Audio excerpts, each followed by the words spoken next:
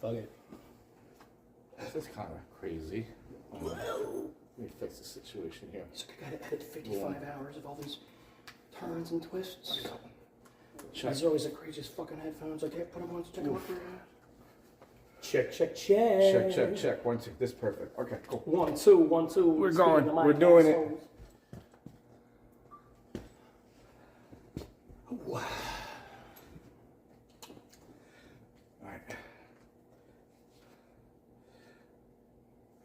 On 3, 2, action. Joe Sharp, hi, and welcome to the Art of the Process. We're so goddamn busy. This is what we do when we visit each other. We're at work again. Yes, sir. What's going on with that? I don't know. I had some iced coffee. Drove here quickly. I was like, hey, you want to hang out? And you're like, yeah. All right. Yeah. I appreciate you scheduling me in and penciling me in there. Yeah, man. Especially in the winter. My calendar is wide open. Wait, shit, hold on. God damn it. Do that again. Ow, fuck. Okay. One more time. It's all right. That was good. There we go. Oh, shit. I feel like it's so fucking dark in here. Yeah. Whatever. It's all good. All right. Rolling. This is for the editor. 1, 2. Oh, sorry. 4, 3, 2. Action. How you guys doing? Genesis Z here. I have an amazing guest, musician, artist, fellow artist, friend, Joe Sharp, everybody. How you doing, man? I'm doing okay, man. Been wanting to hang out with you and do this for a while. We've been kind of talking back and forth, so yeah. I'm excited. Let's do a projections there. I got it. I know what it is. We never really hang out. And we were trying to hang out, but now I invited you to the crib. We're not even hanging out. We're working. I don't mind. I get to talk to you and we get to BS. It's cool. I'm cool. Yeah, it's awesome. This is how busy the modern musician is. Back in the day, the modern musician was like a Jack Daniels and a guitar. Now it's like a laptop, and you have to be an editor, uploader, photographer. I mean, I actually fucking made a movie last year. Yeah, it's pretty cool. I think you like doing it though. Are you one of those people that kind of you enjoy, since you're talking about the process of like you always create the busyness, I guess, for yourself? Yeah, actually, I did like it, and I had to like it because or else I'm going to kill myself. Damn. Anyway, that was really dark.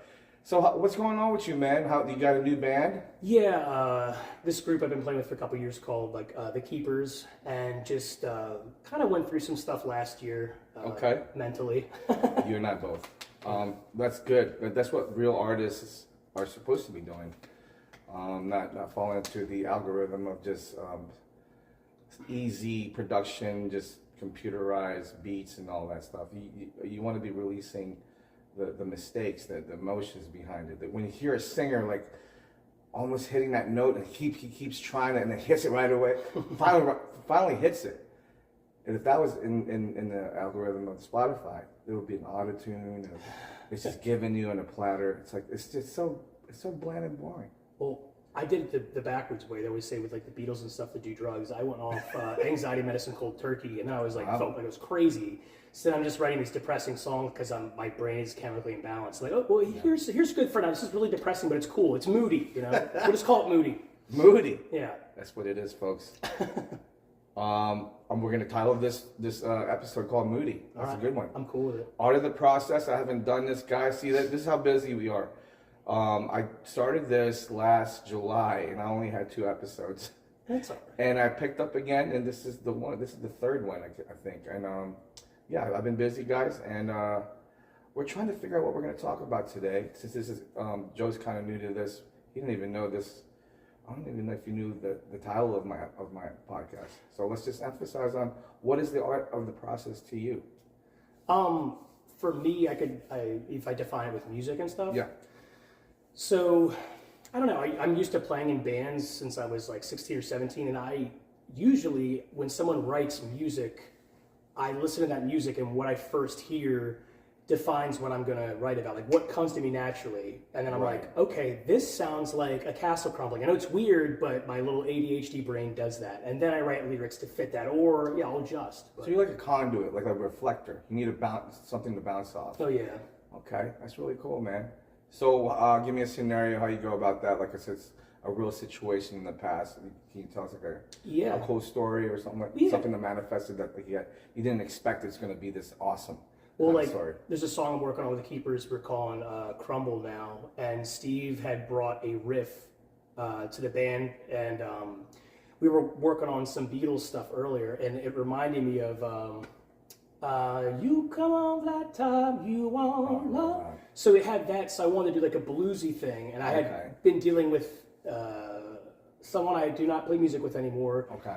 with those character defects, and I'm not perfect. I'm not claiming to be perfect, but I made this song like a metaphor for someone. Like, it's a monster, and it's like down in the muddy water. Like, it's kind of got that Beatles kind of thing in the harmony. Yeah. So like the music he had gave me that idea, and because I was also going through that, I kind of combined those two things, and I'm like, I started doing the chorus of like, when the castle starts to crumble. And then I start writing the melodies, the harmonies, and then I try to bring it to the people. Like, I'm thankful my bass player, she can actually she hits the harmonies, and she's really good at finding them. So I don't know, I think it just kind of takes shape. Like, I think as a singer, it's cool when somebody gives you a little bit of free reign to do lyrics and stuff like that. But then also being able to like not be so full of yourself that they can't edit your lyrics. You know what I mean? I had a very thin skin early on, and I was like, oh, but now I'm like, oh, that's actually better. I like that. Yeah. You do. That's really special. You said that because a lot of not just beginning artists, even artists that are vets, are still very sensitive to that. And it's not really what the other person is saying. Like, I had another coworker that I'm working with in the publishing game, and he hits me up like at 3 a.m. in the morning. And he's drunk. He's like, I'm ready to go, man. I'm like, it's 3 o'clock in the morning. And I was grouchy as fuck because I was like, I just came from AC from another gig. I'm like, listen, man. And I didn't criticize him. What I did was a constructive criticism. Listen, I pretty much said, listen, your skill set and my skill set are a little different. That's what I said. And I said, long story short, he kind of cried to me like months later, and he just kind of cracked. And I said to him, homie, I never said you're lacking your talent.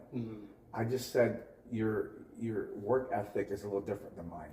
I don't really work at 3 a.m. in the morning drunk. Okay. Yeah. Hey, inspiration hit it. I got it. And that's nice too, because you could have been more mean about it, because it's like you're busy too, and it's like you would have been justified somewhat, but because you know him and your friends, it's like we all got shit we got to work on. Yeah. So, but going back to you, with that, you not just married it, you became one with it, with not just the people around you, but the record of the Beatles.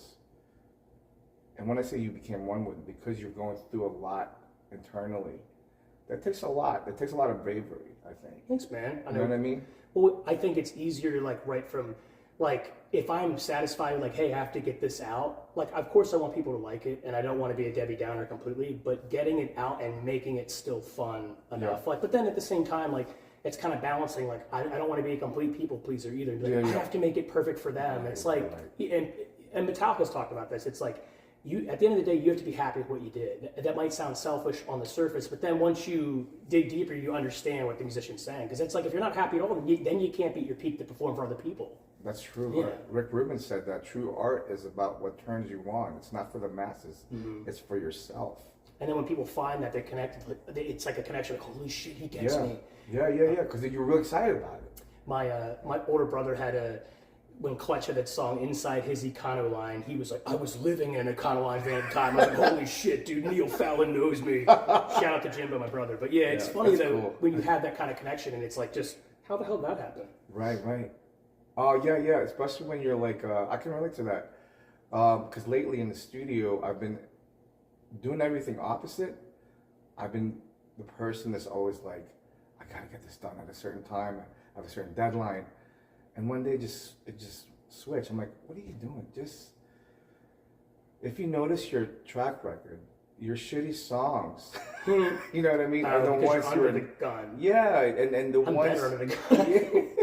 Well, it's a dance between those things. And make a long story short, with my situation, when I decided to, like, you know what, I'm gonna let go of the control thing. And I think what I learned was, when I started really getting in the pocket of like, wow, I have no limitations.